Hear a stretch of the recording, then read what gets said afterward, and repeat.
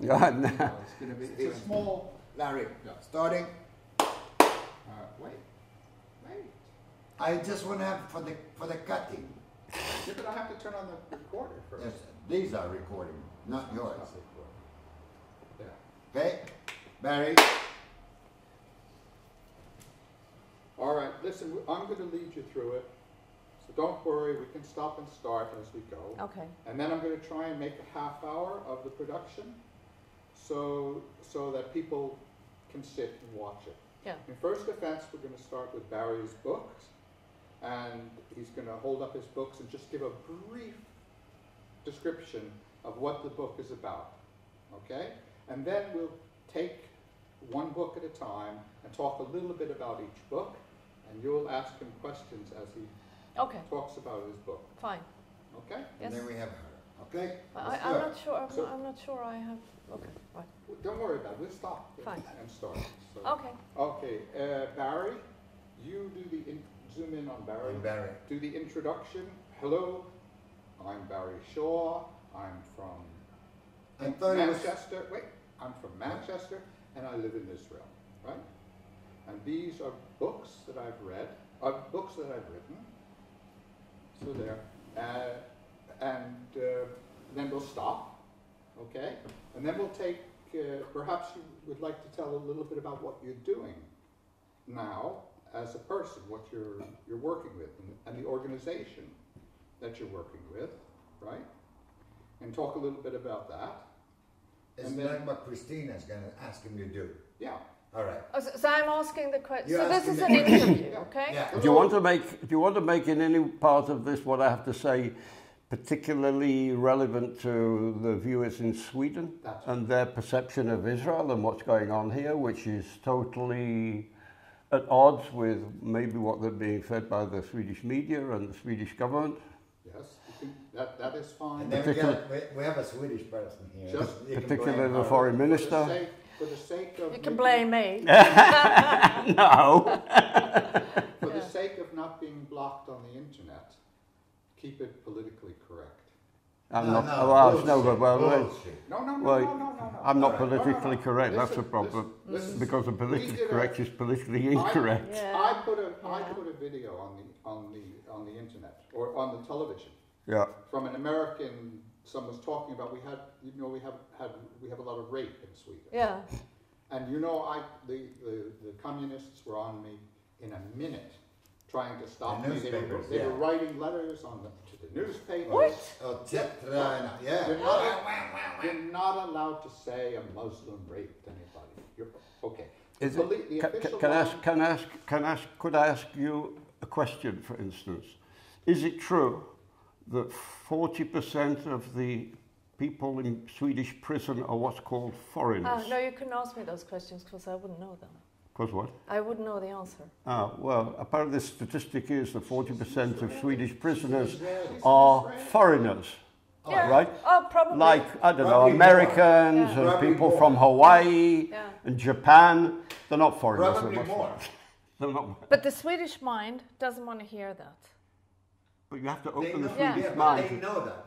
They know that. They know and that. They hear that every day from this party and this party and 500,000 Facebook notes and more.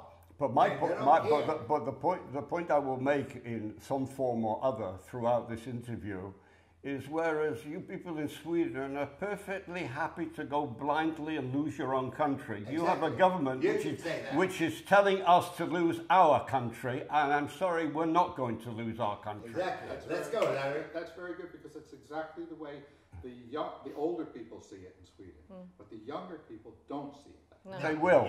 They will. When they wake up, it will be too late. When they get older. When they get older.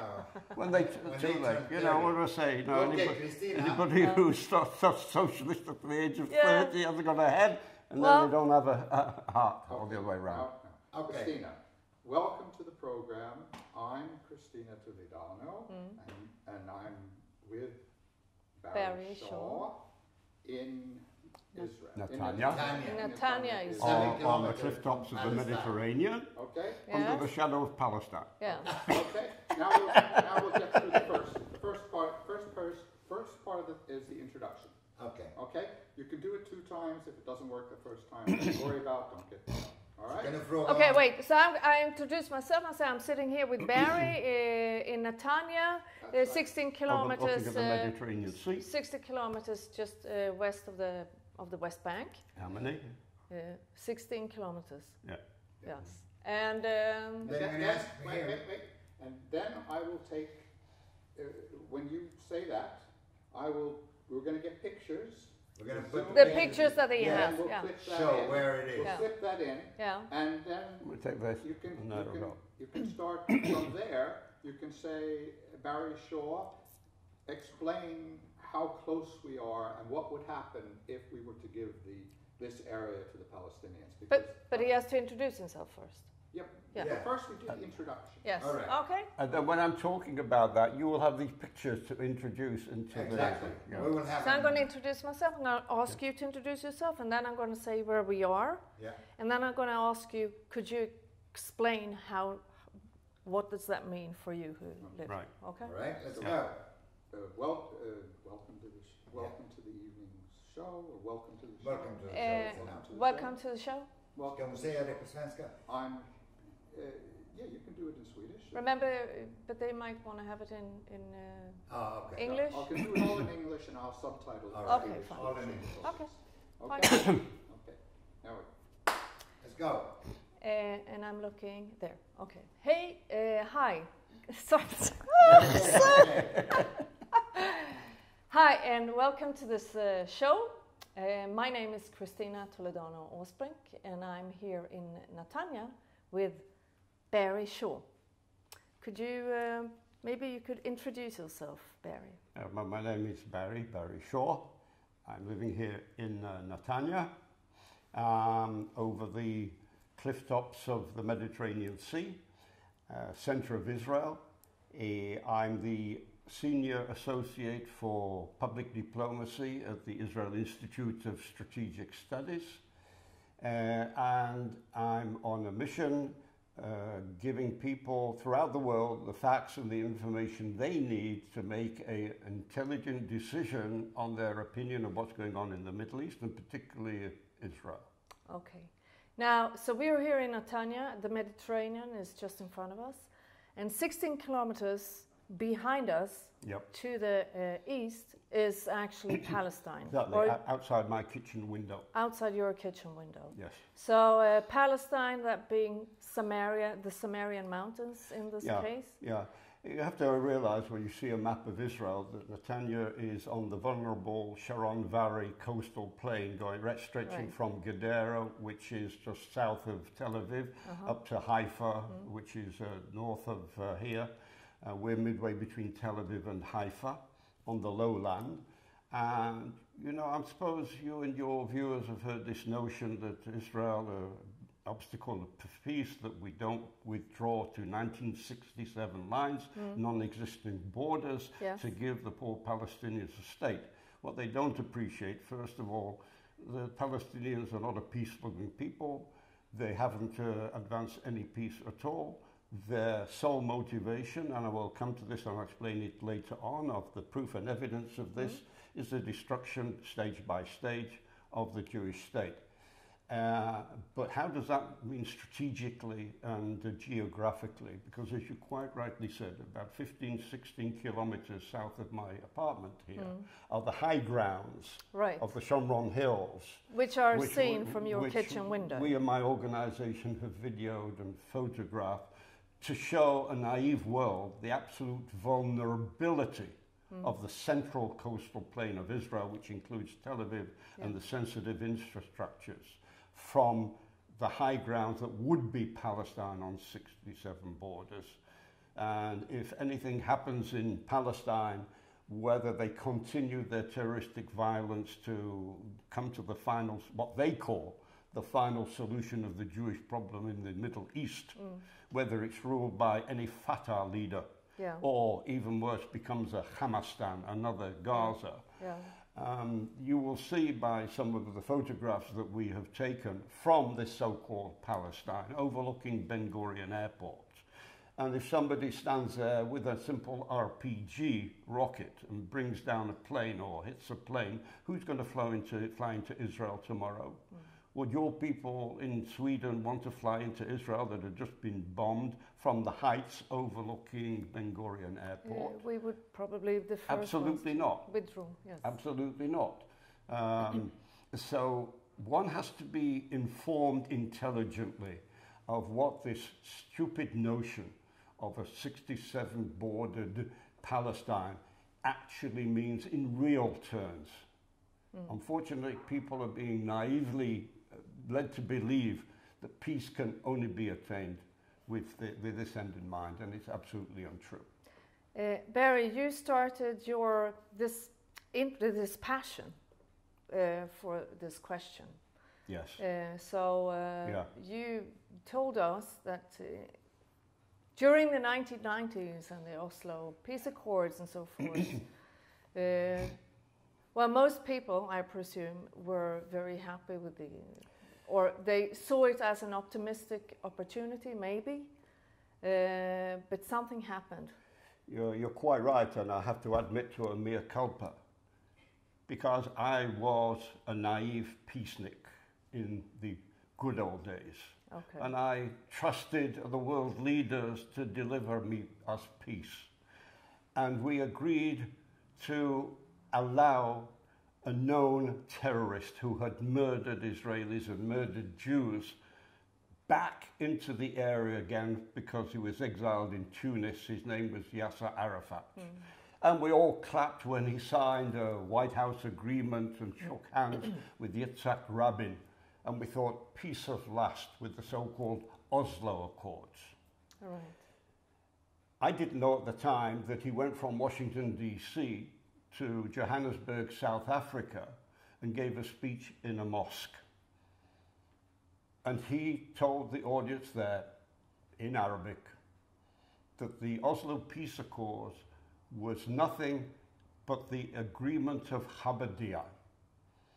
This is why the people have to really understand not what Palestinian leaders tell you in Swedish or English, but what they're telling their own people in their own language, because that is where the truth is. The Treaty of Habadiyah was a treaty that Muhammad made with the Jewish people, the Prophet Muhammad.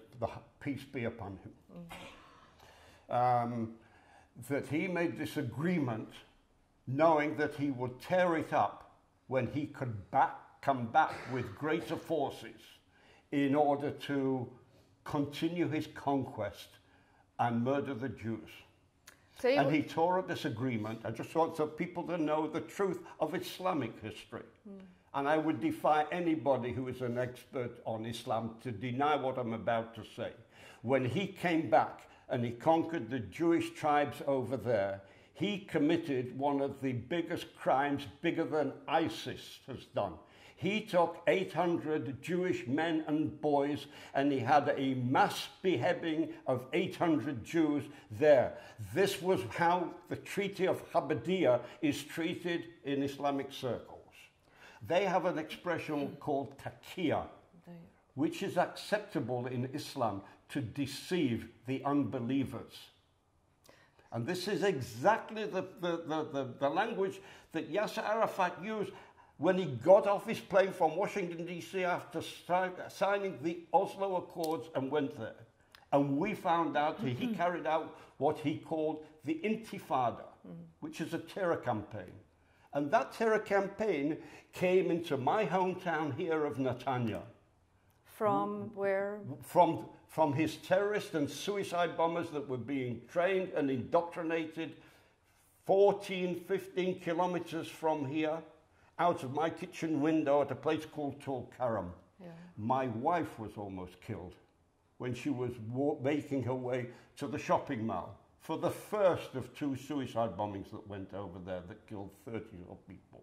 We had a suicide bombing at the Park Hotel where Jews had assembled to celebrate Pesach, Passover, which is a festival of redemption and freedom for the Jewish people. And they got blown up while celebrated by another suicide bomber, Palestinian suicide bomber, here from Tulkarem, yes, our near neighbor. Mm. I want to tell you, at the time, I and most of the Israelis used to go to Tulkarem.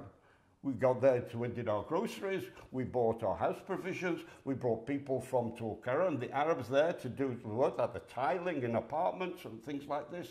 Not anymore when the army went in and had to do something about it.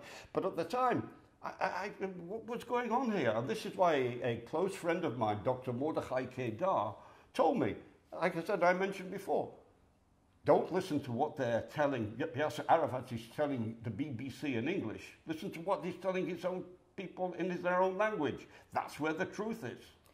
And the truth is, they are bent on destroying Israel because they detest the notion of the Jewish state. It is haram. It is forbidden under Islam.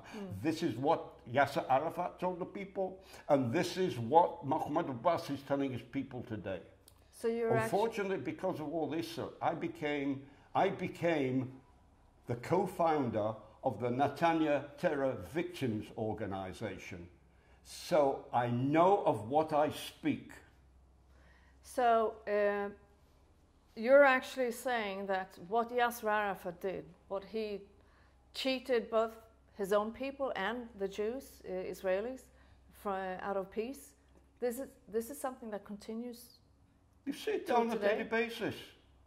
We see it now. I saw a headline today in the newspaper that Mahmoud Abbas is going and wanting some sort of international peace conference. Right. He's not talking about peace conference. What he's talking about is persuading a lot of the naive governments.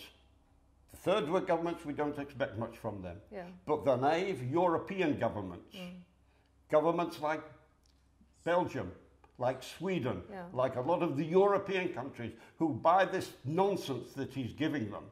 He wants his condition, he wants his state, right? He wants his state, he wants Jerusalem as his capital. Why would he want Jerusalem as his capital? He's already got two capitals already. He's got Ramallah, where his presidency is, where his administrative offices are, where their founding hero, Yasser Arafat, is buried. They also have a capital in Gaza City, where the other side of the Palestinian political divide have their reign in the Gaza Strip, Hamas. Right. The two don't speak to each other. The two hate each other. And now they want a third capital. I have to tell you a personal story. I was in hospital in Tel Aviv for an operation.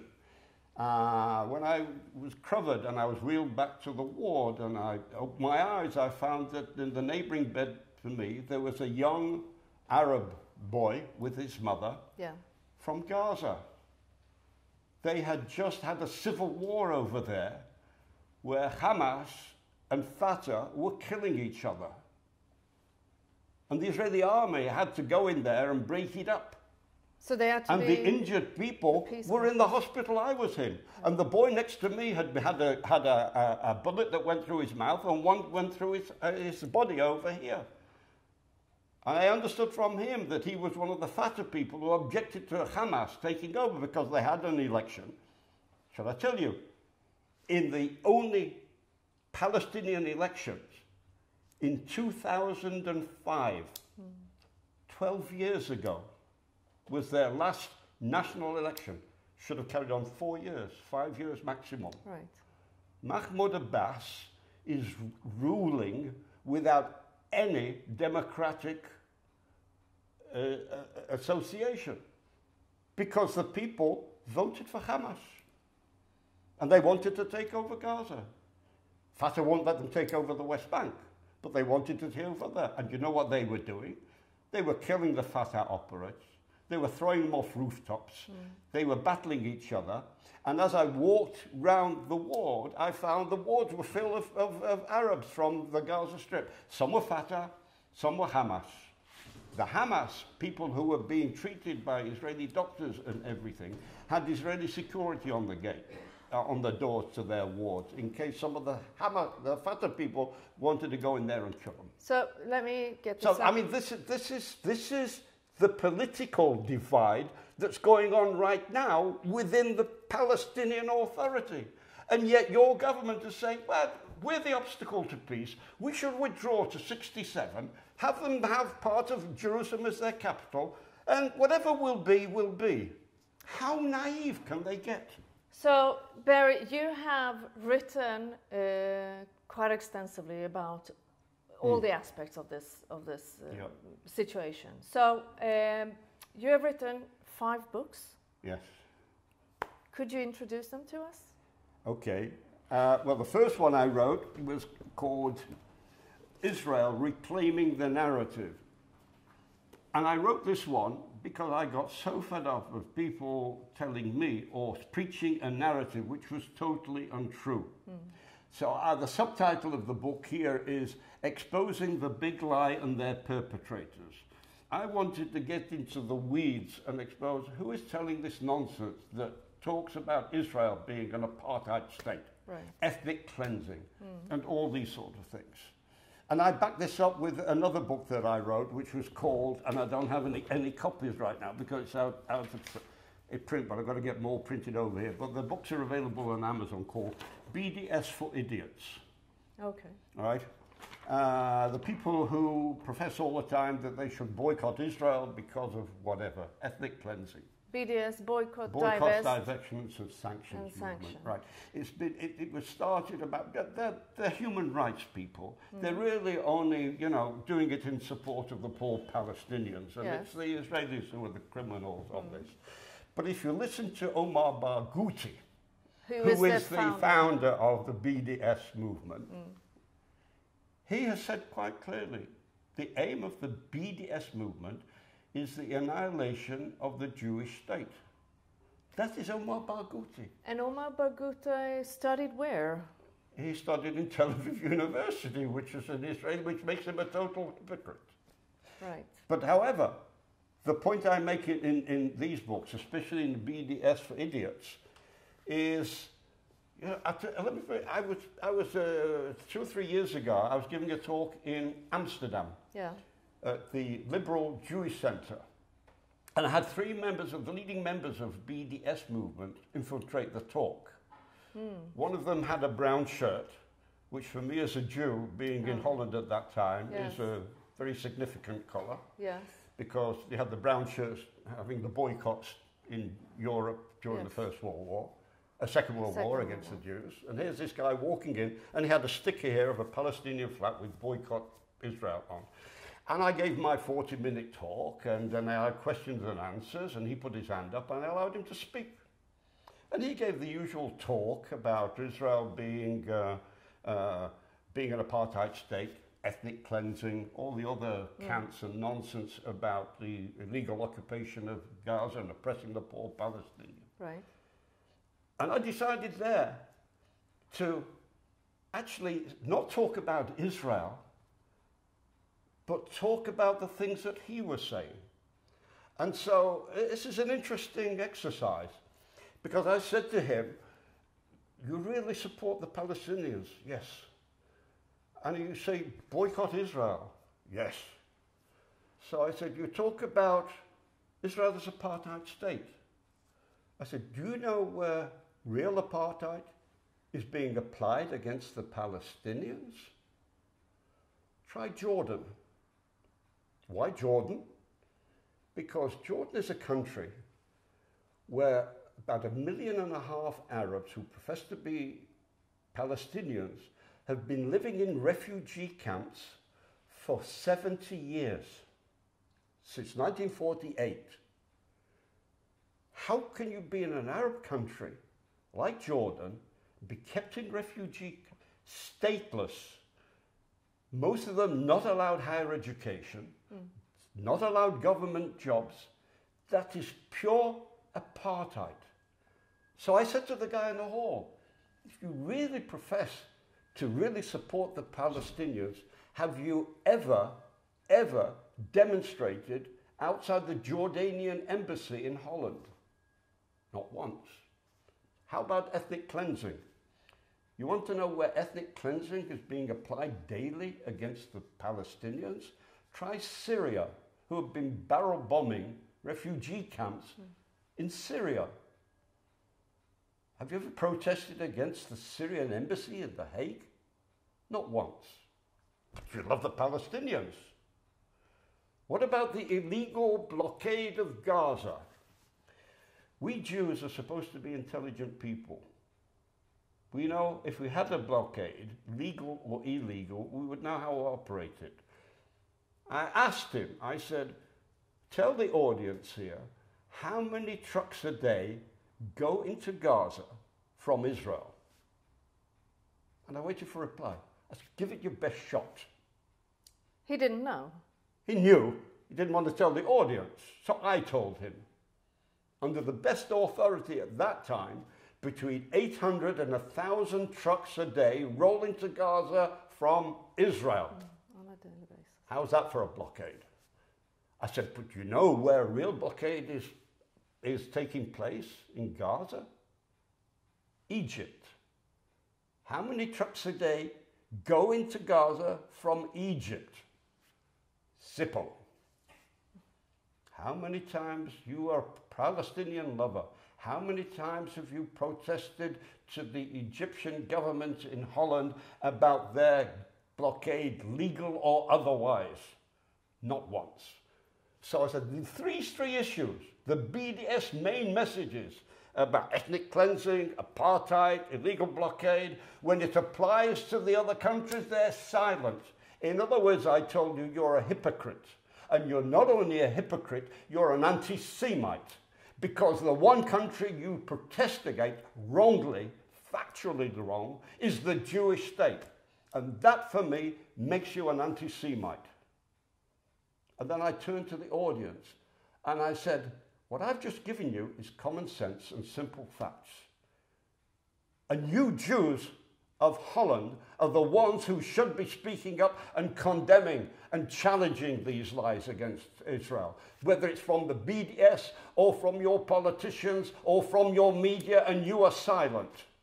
I said, I'm speaking to you here in the Anne Frank Hall, and I have a feeling that I am in Europe of the 1930s, where the Jews were silent then and you are silent today.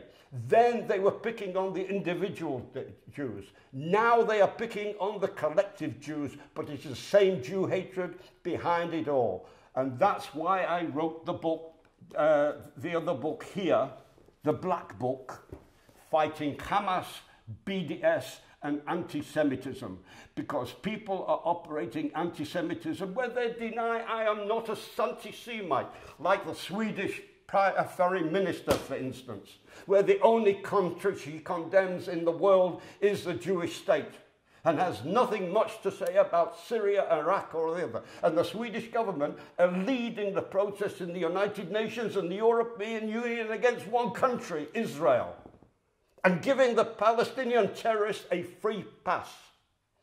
That is the anti-Semitism and the hate that I argue about. And this is the message you do not get in Sweden, because your media won't cover it and your politicians won't cover it with the truth. But I'm hitting here, being the co-founder of the Netanya Terror Victims Organization, to tell you people the truth of what is going on and stop the hypocrisy and the lies and the silence of your governments and your media. So you're traveling the world with this fantastic message that you have and information. You wrote some more books, but when you do this, when you do presentations and such like, do you get feedback? Very much so. And what type of feedback is that?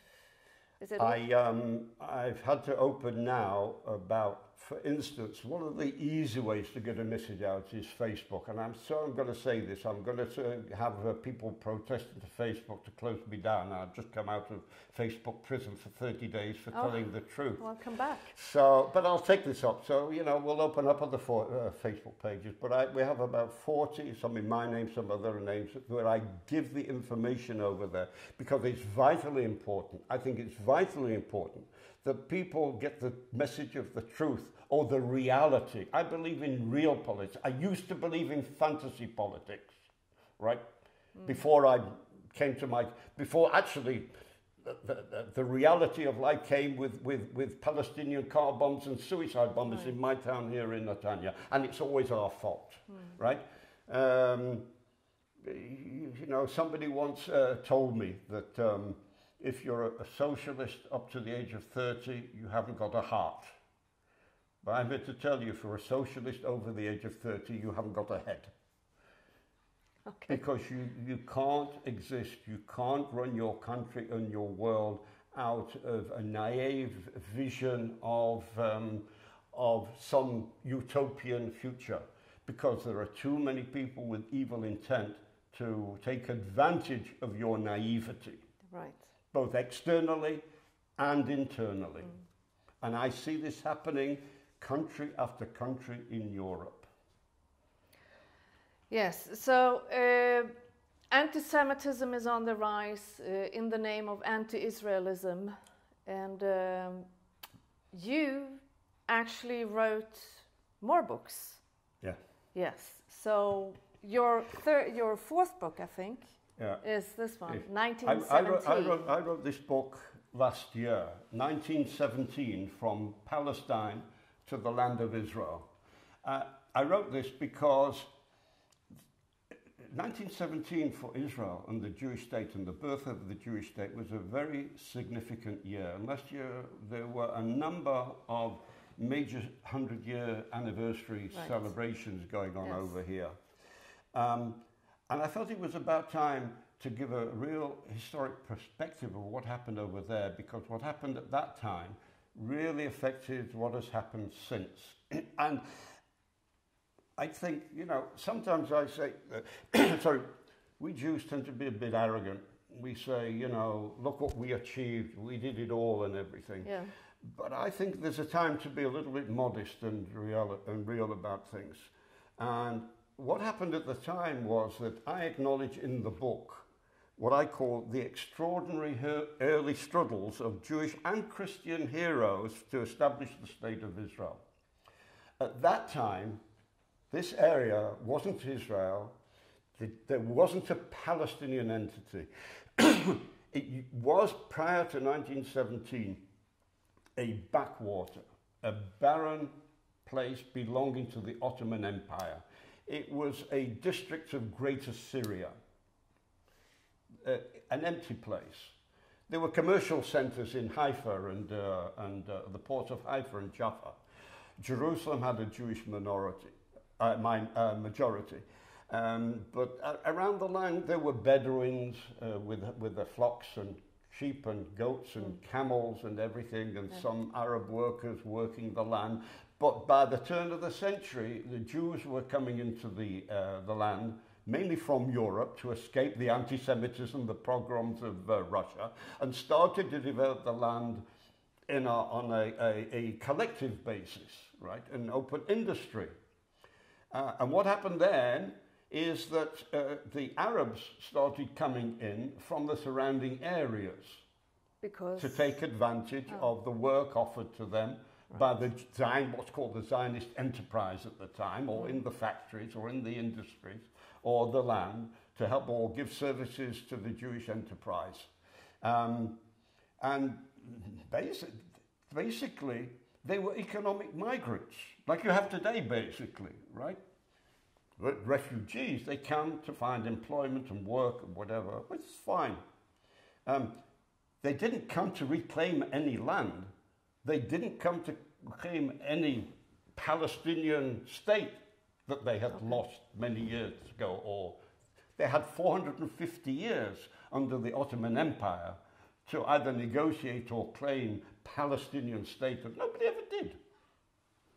The Jews have an inherent history going back 2,000, 3,000 years, that prior to being given the name Palestine by a Roman emperor on the ruins of Israel, the state of Israel, Jews always had this prayer that they prayed daily, pay at all their festivals, including the Passover we talked about, Shana Haba B'Yerushalayim, next year in Jerusalem. Which is still said today.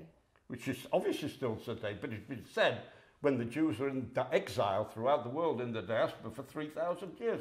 It's a fact that Jerusalem was built by King Solomon and King David, undeniable. Well, I'm sorry, I'll take that back. It is now deniable, because certain governments, like the Swedish government, have colluded with the UNESCO to say that Jerusalem is an Islamic holy place.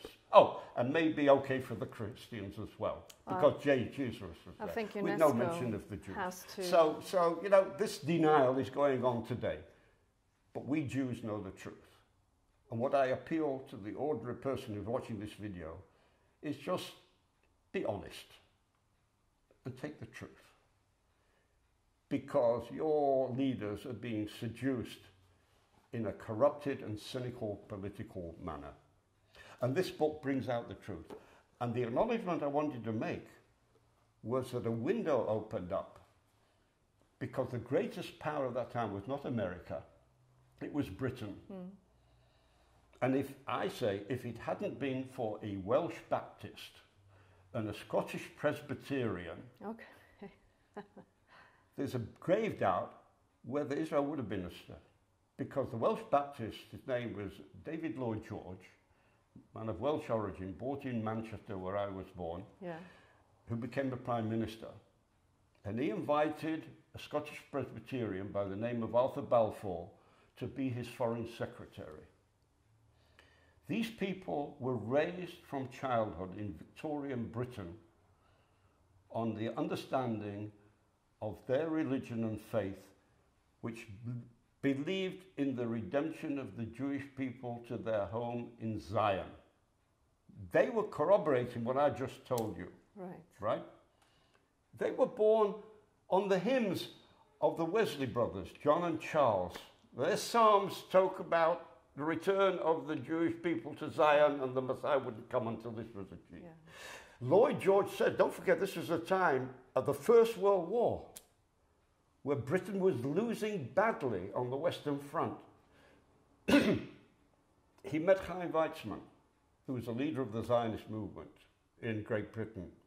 And he told him, Lloyd George, the British Prime Minister, that he knew the name places and the locations of the biblical battles better than he knew where the British were fighting in France on the Western Front, because it came from his childhood. And he felt both politically, for Britain's interest, that they would have to open a new campaign in Palestine to defeat the Germans and the Turks that were allied against the British. And he opened up this front in Palestine under General Allenby. And he gave General Allenby an instruction. I want you to give the British people a present. Take Jerusalem before Christmas. But he knew in his heart this, and he told Chaim Weizmann that this would lead to the redemption of the Jewish people and the restoration of the Jewish people to their national home in Palestine. And Lord Balfour instructed Chaim Weizmann to draft a letter that he would make British policy. And that letter became known as the Balfour Declaration, where it says, His Majesty's government view with favour the establishment in Palestine of the national home of the Jewish people, and will use their best endeavours to facilitate the fulfilment of this object. Now, this was, and as a result of the Balfour Declaration, what happened was after the First World War, and the defeat of the Turks here in Palestine, the Ottoman Empire collapsed, and there was a vacuum over here. And the United Nations at that time, the League of Nations, met to decide what to do with the whole of the Middle East. And they decided to appoint various mandates. One for Iraq, which was called Mesopotamia, another one for Syria, another one for the other regions, and one for Palestine. There was one also for Austria and Hungary, because they were part of this. But the mandate for Palestine, which was given to the British to govern, was the only mandate which stipulated for whom that mandate is intended for. And? For the establishment of a national home for the Jewish people. When they talked about Syria, they didn't talk about for whom, not for the Syrian people, not for the Iraqi people in Mesopotamia. The only mandate at that time was mandated for the establishment of the national home of the Jewish people. And it stipulated that the Jewish homeland must protect the minorities to give them equal or full religious and civil rights, which Israel has done to this day. We'll come to that in a minute. I want to add one other rider here. Now, people may object, well, you forgot about the Palestinians. First of all, there was never a Palestinian state. There was never any Palestinian ruler or whatever. But yes, the Palestinians had not been ignored because Chaim Weizmann had made an agreement with Emir Faisal called the Faisal-Weizmann Treaty, in which Faisal expected to be made the king of Syria. Right? And he wasn't, because the French objected to it. Not because the Jews objected to it, the French objected to it. So instead they made him virtually the king of Iraq, right? And he had a brother called Abdullah. But what about Palestine? Well, what Winston Churchill did was said to the Zionists, the Jews, well, your state will stop at the Jordan River virtually, and across the other side of the Jordan River, we're giving this to Abdullah, Faisal's brother. And that, if you look on the map at the time, that was Palestine, which is now called Jordan. And today in Jordan, 80% of the Jordanians, including the 1.5 million Arabs in refugee camps, consider themselves Palestinian. I've got news for you. The wife of the current King Abdullah, the Hashemite king of Jordan, is a Palestinian. Now, there are some people who say today, two-state solution. I belong in a small, fairly influential people forum, closed-door forum, where we have various what we call alternatives to a failed two-state solution, because it will fail. It will fail. So you don't believe that it will be possible in the future to create this two? Nothing to do with us, because we have made peace deals where people thought it was impossible with Jordan. It still holds today. Yes. Another one with Egypt.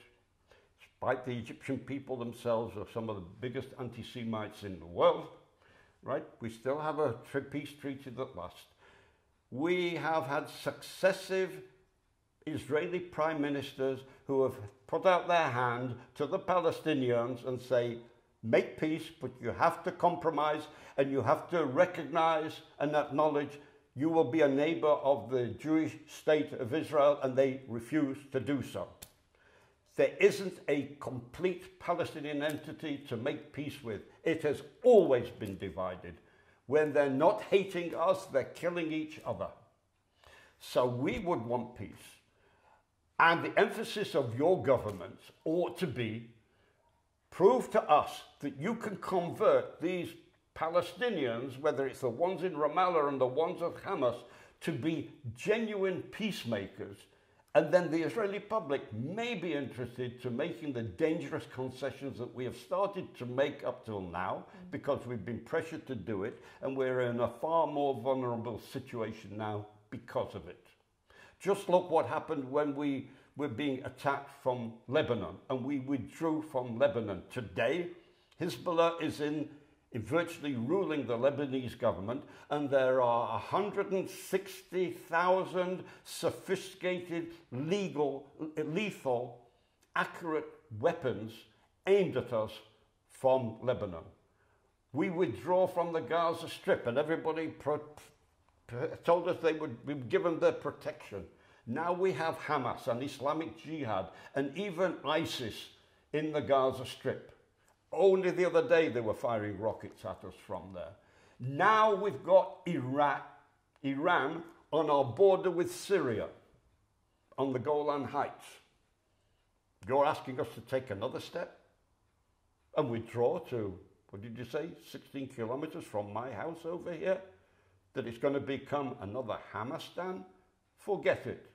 So in this forum, one of the many alternatives is there is no choice in the future. We can be tolerant, we can be as patient as the Arabs can be, while the Europeans and the other foolish governments get their act together to produce for us the adversary, to prove to us they are genuinely for peace, right? But if not, we will carry on protecting ourselves. In the meantime, an alternative, one of the alternatives, and if people are facing the facts, that Jordan is today, basically, based on the democratics, Palestine. It was then, it could be called that today. So if Mahmoud Abbas wants his third capital, apart from Gaza City and Ramallah, his third capital can be Amman, Jordan. 80% of the population there think themselves Palestinian. Why not? Look to the east instead of to the west if he has this ambition. Now, you have continued and you have written another book as well. Yes. And I would like you to talk about this book. It's a more on a personal note. I mean, it's not, this is kind of a history book, but now you've sort of changed. And you took true history and made it something else. So could you tell us what it is? When I do research, I came across some of the characters. I mentioned to you that in this book, I want to tell you, in this book there were some other Christians who became Zionists at the time, some British officers. Serving in the book 1917. Yeah, right. Can I mention one before I come on to this book? Course. All right. There was one man with an exceptional story. His name was Colonel John Patterson. He has a colourful history. He was a British officer. He served in Africa. This is going back 1917 and even before, 1914. They made a movie of him. He was an exceptional character. He killed some man-eating lions who were attacking some of the Indian workers the British Army had working in Africa, and he shot the lions. He also had an affair with a young bride whose apparently husband committed suicide while he was taking them on safari, and he was sent home in shame, and there was even a question raised in House of Parliament about his behaviour. So he was confined to Whitehall to do some pen pushing. And at the time, a Palestinian Jew, a Russian Jew called Zev Jabotinsky, was banging on the doors of the British General Staff in Egypt and then to Whitehall because he had recruited Jewish refugees. What had happened prior to the First World War is the Turks, who controlled Palestine among other places, were led by a man called this Jamal Pasha, who deported 15,000 Palestinian Jews from Palestine, kicked them out of Palestine. They were put on boats and they sailed to refugee camps in Egypt, where this Russian journalist, Zev Jabotinsky, found them. And he started training them and told them, you are going to be the first Jewish fighting force that will enter Palestine, our ancient land of Israel, to liberate the land. And he said, I am going to persuade the British to recruit you into the British Army. An incredible story. This is true. You could look it up in history. And it was accepted that there would be a Jewish fighting force. By the British. Lord Derby, the war minister in the First World War, decided before you go into Palestine, you have to go and fight in Gallipoli, in the Dardanelles for Britain, against the Turks over there. And depending on your conduct, we'll decide what to do with you. Maybe if you're good, then if we open up a Palestinian campaign, they didn't have a Palestine. They were in Egypt, but there as a protector, right? They had tried to attack Gaza twice and lost. But he said, if so, first we'll go over there. And to be what they called the Zion Mule Corps, they had to pull donkeys from the beach with ammunition, take them up to the front line and bring back the wounded. And they had to find a British officer to lead them. And so they found this man who had been in disgrace, John Patterson, and said, you will be the commander of this fighting force, this Jewish fighting force. And in this book, the 1917, From Palestine to the Land of Israel, I quote here John Patterson, and he wrote in his memoirs, I was amazed when I was recruited by General Maxwell to lead a Jewish fighting force. He didn't know about my religious upbringing as a Christian, where I believed in the redemption of the Jewish people. He said, I didn't get my instructions from General Maxwell. I felt I got my instructions from God himself, because I was going to become the first commander of a Jewish fighting force for 2,000 years and lead this fighting force to liberate what had been the ancient land of the Jewish people. I mean, isn't that amazing? It's like a miracle, in a sense. And in fact, he led them in Gallipoli, and he brought them back. And Lord Derby said, you have conducted yourself with commendable courage. You will become the Jewish Legion, and we will recruit you into the Royal Fusiliers. And they fought in Palestine under John Patterson. I want to end this little story about John Patterson, because when I talk to audiences, I ask anybody if anybody knows a Christian British officer who is buried in a Jewish cemetery here in Israel. Yeah. Okay. Right? And it's an amazing story, because he died, after the war, he went to live in America. And he was very friendly with Jabotinsky, who was in America also rallying for the Zionist cause, because Jabotinsky had been one of his officers under him. And through that, he met a man who was Jabotinsky's secretary. The man's name was Benjamin Netanyahu, who was the secretary of Zeb Jabotinsky. So when John Patterson, before he died, he told his children and his grandchildren he would love to be buried alongside his soldiers who had fought so well. But he died and he was buried, and his wife was buried in California. But his grandson was very insistent.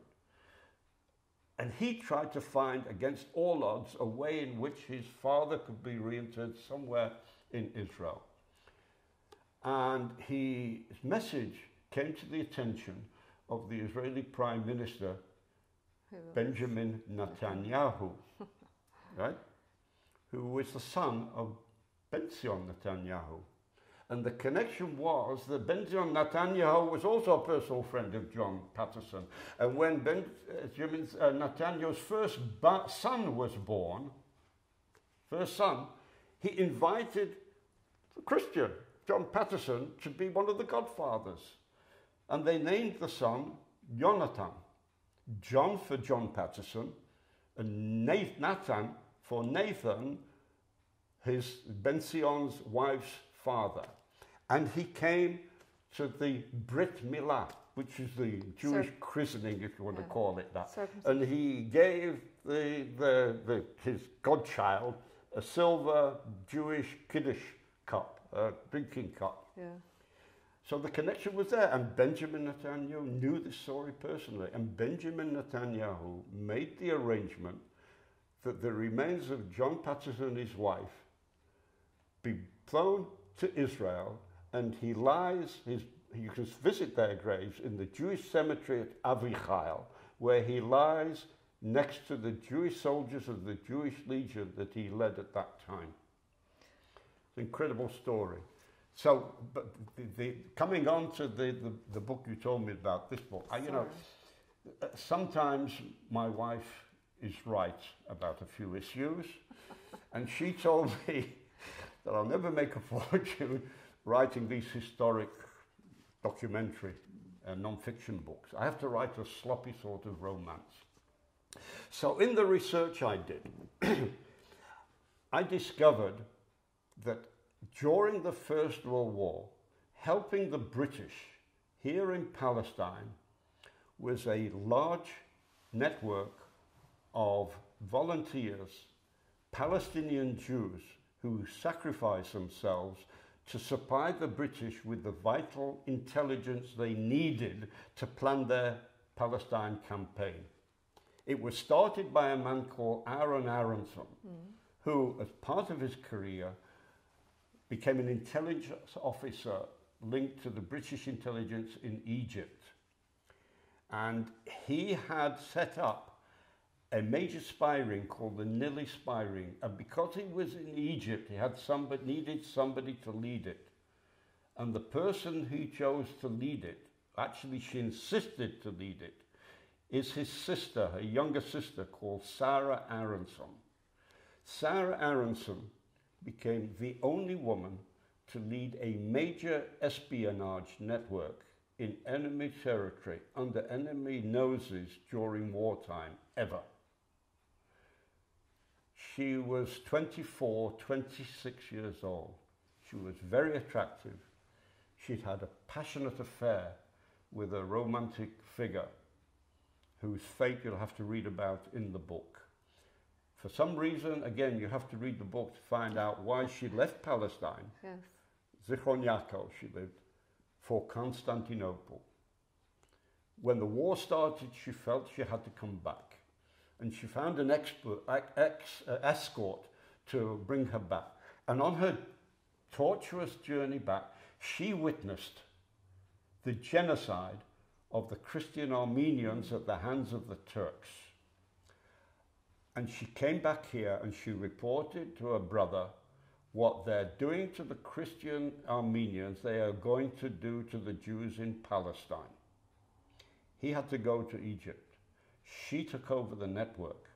She had 40 to 50 operators giving the British the information and the intelligence that General Allenby admitted without that information he could never have won the campaign. So we're talking about a major figure. But actually I've written this book as a debut novel, and the people who read it say to me, ask me, is it true? And oh, it's a fiction, but it can't be true. It's too amazing to be true. And I just give them a nod. The thing about this book, by the way, there are now sort of outreaches to Hollywood, to screenwriters and the movie company, because I have to tell you, I have to admit this, as I was writing this book, because I've never written a novel before, I was visualizing as if I was watching a movie as I was writing the scenes and the dialogue. And as I was visualizing this, in my mind, I began to see the actress playing the role of this young, beautiful Jewish heroine. Guess who it is? The only one that's absolutely perfect for this role. Wonder Woman, Gal Gadot. The real Wonder Woman. The real Wonder Woman. This isn't a fiction. I mean, the movie would look like an amazing fiction. Yes. But the screen credits will tell you this is a real person. And what I wrote about here was true events and real events. And the response I'm getting from this is amazing. But it's another part of our history. So this book talks about the beginning of the would-be state of Israel and what they had to go through. Without these sort of people, without the known heroes, and also without some of the little-known heroes, there wouldn't be an Israel today. I have another moment of criticism, and I speak about this in certain meetings. I had a meeting in Jerusalem, what's called the Jewish Historical Society of England, where I raised the question here, and I referred to the Balfour Declaration, which became British policy, right at the time. And I just one little sentence of this, you know, that His Majesty government flew with favour in Palestine, the national home for the Jewish people, and used their best endeavours to facilitate the achievement of this object. And I raised a question. Sorry, did the British actually use their best endeavours? And this book is full of the information that the British officers that came to govern Palestine prior to the mandate and up to the mandate from Cairo and from Jerusalem were some of the biggest anti-Semites in the British military and civil administration. One of their popular readings was an infamous book called The Protocols of the Elders of Zion. Yes. Even Chaim Weizmann found out that this was true when he came to visit Allenby and Ramla. And I name names in this book, and there are one or two British characters over here who were the ones who stoked up some of the Arab leaders at the time to protest their own British policy of allowing a Jewish national home to be developed over here. And the start of that outbreak was the Arabs and the Muslims have a annual festival which was called the Nebi Musa Festival. And it's usually with drum beats and dancing and things like this. But one of the British officers colluded with an Arab rabble-rouser by the name of Hajj Amin al-Husseini. And when the Arabs assembled in Jerusalem, they started talking about, we have to protest, we have to protest violently, go out and death to the Jews, and they went into the old city on a 3-day rampage. And the British controlled the entrances, because the British were still there, this is in 1920, would not allow people in, apart from the people participating in the Nebi Musa festival, and wouldn't let people out. Not even the Jews that were being slaughtered, raped, and having their property destroyed. Eventually, when this protest reached, the British had to stop the riots. Jews were dead, women had been raped, properties had been killed, and they went on to try and arrest people. Hajj Amin al-Husseini ran away. They caught some of the Arab rapists. They went searching for weapons. In the time, the Zev Jabotinsky, who had been a British officer and had been demobbed, had gone to Sir Ronald Storrs, who was the governor of Jerusalem at the time, to try and allow him to put his self-defense force to go into the old city to stop it and protect the Jews over there, and Ronald Storrs didn't agree. But after it, he sent some of the British military police to go searching in the homes of some of the Jews who had been parts of the British army and were demobbed looking for weapons. And in Jabotinsky's house, they found 2 pistols and 3 rifles. And they arrested him. And they put him on trial for possessing illegal weapons. And he got sentenced to 15 years in prison. Hajj Amin al-Husseini, who started the riots, got sentenced to 10 years. And what happened? The rapist got sentenced to 15 years.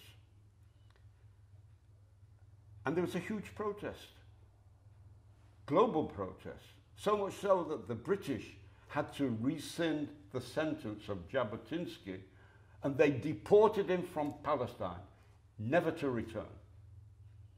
Didn't kill anybody with these guns. They found at his home the guns. They released the rapist. And they also rescinded the sentence of Hajj Amin al-Husseini. This is the even-handedness of the British.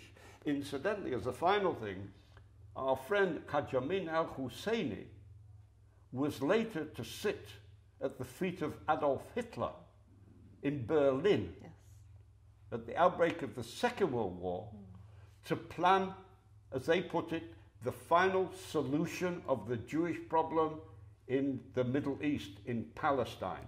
And this was supposed to be the first Palestinian leader who was more bent on killing Jews than creating a Palestine.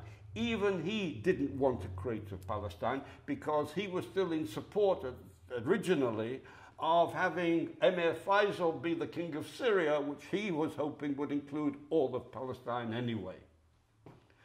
So you can see this is part of history at the time, that even this person who was leading the riots to killing the Jews at that time, and it was followed up by another pogrom in Hebron in 1926, where another 37 36, I think was the number of Jews that were killed there as well. The obsession was more of killing Jews than creating a peaceful state alongside the Jewish state of Israel. And that default, this defect in the psyche is going on today. And it is that is preventing peace today, nothing that Israel does or doesn't do. And that is the message that has to go across to a lot of the readers, including the European readers. There's a lot of truth in history that is very relevant today. So, European governments, or let's talk about the Swedish government, because that's we're having a Swedish crew here today. So does it have to do with, what do you think? Does it have to do with anti-Semitism, or is it just being very politically correct, so to speak, or are they just completely naive? First of all, there's no such thing as politically correct. Whenever I hear that, I know it's the most incorrect thing, an obscene thing ever. I think it's cynical politics. Yeah. I think it's cynical externally and internally. I think they feel that they have to schmooze up the Arab world or whatever in order to do business with them and commerce with them. I want to here to tell them that, quite frankly, you know, if they supported Israel, they would still do business with the Arabs, because we're finding ourselves as a realignment going on here. But it's also to do with internal things, because politicians are interested in one thing, and that is keeping their backside in the highest chair they can get. And so they're trying to appeal to the local constituency, which is growing in a lot of European countries, to people who are, quite frankly, hate Israel and are anti-Semitic by birth. That I'm not saying that Swedish politicians are anti-Semitic, God forbid, but they're catering to their constituency. Right, okay. That's a cynical truth. Sorry to be so truthful, but that's real politics. And we know where you're coming from, and we know why you're doing it, but we're not going to surrender to all the threats and the pressures you're putting up to. We simply want to say, look where the truth is, and if you want peace, genuinely want peace, try and deal with the other side. We've been trying to deal with them for 100 years and we're getting nowhere. Okay. You want to wrap it up? I need to drink some water. Yeah, that's it. All right. Listen, we'll do this. We'll take a pause, let the cameras cool down. Who cooled down? The cameras, they're boiling. They're boiling.